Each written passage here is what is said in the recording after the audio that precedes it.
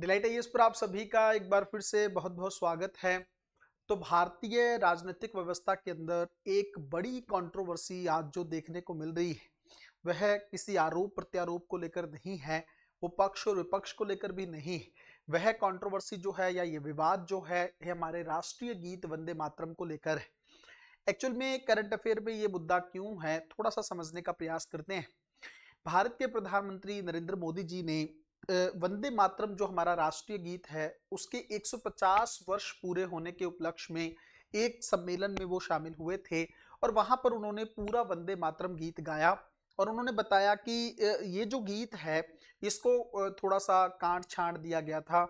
और भारत के जो पूर्व प्रधानमंत्री या पहले प्रधानमंत्री पंडित जवाहरलाल नेहरू रहे, उन्होंने ये जो राष्ट्रीय गीत था इसके अंदर जो है इसको काट छाट दिया था या इसको कम कर दिया था। इस तरह की बातें उन्होंने अपनी जो सम्मेलन में या भाषण में कही। तब से ये मुद्दा बहुत ज्यादा गहरा गया है। इवन अगर आप देखेंगे तो महाराष्ट्र के अंदर जो बीजेपी है वो स्कूलों के अंदर पूरा वंदे मातरम गीत जो है गाना बच्चों से शुरुआत करवा रही है इस चीज को लेकर। लेकिन विपक्ष जो है इस चीज को लेकर सरकार के साथ सीधे कंट्रोवर्सी में आ रहा है। अब ये मुद्दा है क्या, क्या मैटर ये हुआ है, इसको थोड़ा सा ध्यान से समझने का प्रयास करते हैं। सबसे पहली चीज आप जानते हैं कि भारत का जो राष्ट्रगान है वो जनगण मन है ना, आप लोग जानते हैं उसके बारे में। और भारत का जो राष्ट्र गीत है ना, वो वंदे मातरम है। और ये राष्ट्रगीत जो वंदे मातरम है इसने भारत का जो स्वतंत्रता संग्राम रहा है या आजादी की जो लड़ाई रही, 200 सालों तक हमने अंग्रेजों के साथ जो टक्कर ली, उसके अंदर एक बहुत बड़ा मोटिवेशन फैक्टर रहा है ना। आपको पता है कि हमारे चाहे वो क्रांतिकारी जो हों या भारत में जिन लोगों ने भी स्वतंत्रता को लेकर संघर्ष किया, जिन्होंने भी आजादी की लड़ाई लड़ी, जो भी हमारे फ्रीडम फाइटर्स से, उन्होंने इसको मोटिवेशन के तौर पर लिया। और इसके माध्यम से लोगों के अंदर एक बहुत ही ज्यादा जज्बा देखने को मिला। और एक समय आया जब हम लोगों ने 200 सालों की गुलामी के बाद अंग्रेजों को भारत से भगा दिया। अब बात यह है, ये जो राष्ट्रगीत है वंदे मातरम, इसको लेकर इशू क्या है। देखो, सबसे पहली चीज बेसिक आपको पता होना चाहिए, 1875 के अंदर जो है इस गीत को सबसे पहले जो है लिखा गया था। और किसके अंदर किसने लिखा था? बंकिम चंद्र चट्टोपाध्याय जो थे, उनका एक उपन्यास था आनंद मठ। इसको लेकर यूपीएससी प्रीलिम्स एग्जामिनेशन में सवाल भी पूछ चुका है। इस उपन्यास के अंदर इस गीत का जिक्र आया है। क्या उसी टाइम पे इस गीत को गा भी दिया गया था? तो नहीं, कांग्रेस के द्वारा अगर आप देखेंगे तो 1896 का जो इंडियन नेशनल कांग्रेस का सम्मेलन था, है ना, वहां पर पहली बार रविंद्रनाथ टैगोर जी ने इसको गाया था। अब बात इशू क्या है, कंट्रोवर्सी क्या है, इसको लेकर कंट्रोवर्सी ये है बच्चों, ध्यान से समझिएगा। इसके टोटल 5 पैराग्राफ हैं, है ना। और अगर आप देखेंगे तो शुरू के 2 पैराग्राफ को ही जो है एक्सेप्ट किया गया वंदे मातरम गीत के तौर पर या राष्ट्रीय गीत के तौर पर। आजादी के बाद भी इस चीज को जो है माना गया। लेकिन ये कब एक्सेप्ट किया गया? 1937 का जो फैजपुर अधिवेशन था कांग्रेस का, उसके अंदर जो है नेतृत्व कर रहे थे पंडित जवाहरलाल नेहरू। और उन्होंने कहा था कि लास्ट के जो 3 पैराग्राफ हैं उसको एक्सेप्ट नहीं किया जाएगा या उसको छोड़ देना चाहिए।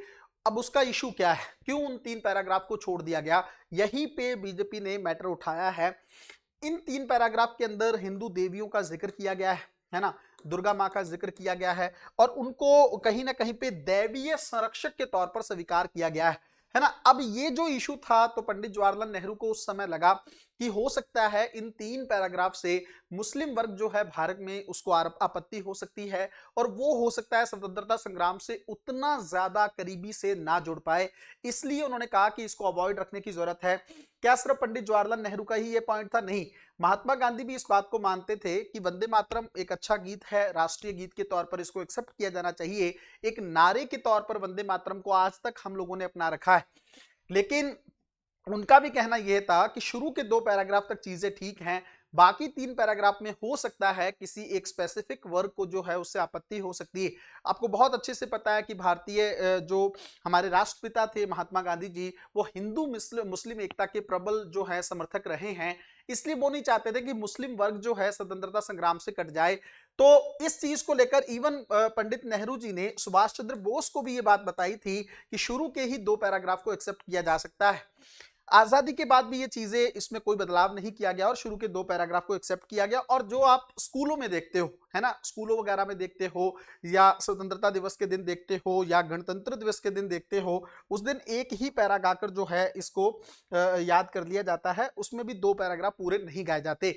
अब बात यह है कि वर्तमान सरकार या वर्तमान जो पार्टी है सत्ता में, बीजेपी, इवन महाराष्ट्र के अंदर भी आपको पता है बीजेपी की ही सरकार है, उन्होंने इस मैटर को उठाया कि जब 5 पैराग्राफ थे तो 2 ही क्यों रखे गए।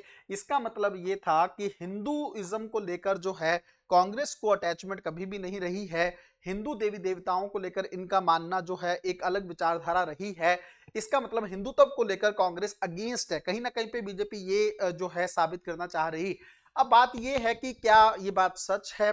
अब देखो ये तो पॉलिटिकल चीजें हैं, इसके अंदर हम लोगों को ज्यादा कमेंट करने की जरूरत नहीं, बट बात ये है, रियलिटी मैंने आप लोगों के सामने रख दी है कि ये कंट्रोवर्सी कहां से, मतलब ये जो इसको लेकर बेसिक फैक्ट हैं वो आप लोगों के सामने हैं।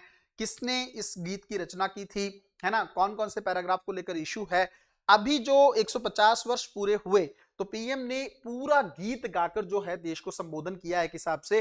तो इसका मतलब ये है कि अब जो है वर्तमान सरकार जो है इसके पूरे वर्जन को अब भारत में लागू करने की कोशिश करेगी।